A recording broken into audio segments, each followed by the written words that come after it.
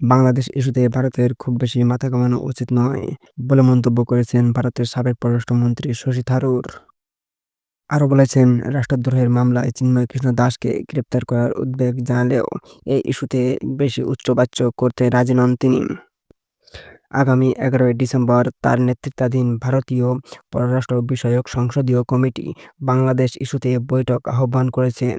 এ বিষয়ে ভারতীয় বার্তা সংস্থা এনএর সঙ্গে আলাপে শশী থারুর বলেছেন, ভারত সরকার যদি এ বিষয়ে কথা বলতে চান তাহলে এস জয়শঙ্কর ভারতের পররাষ্ট্রমন্ত্রীর সংসদে কথা বলা উচিত। আমরা বাংলাদেশের পরিস্থিতি সম্পর্কে জানতে বৈঠক ডেকেছি।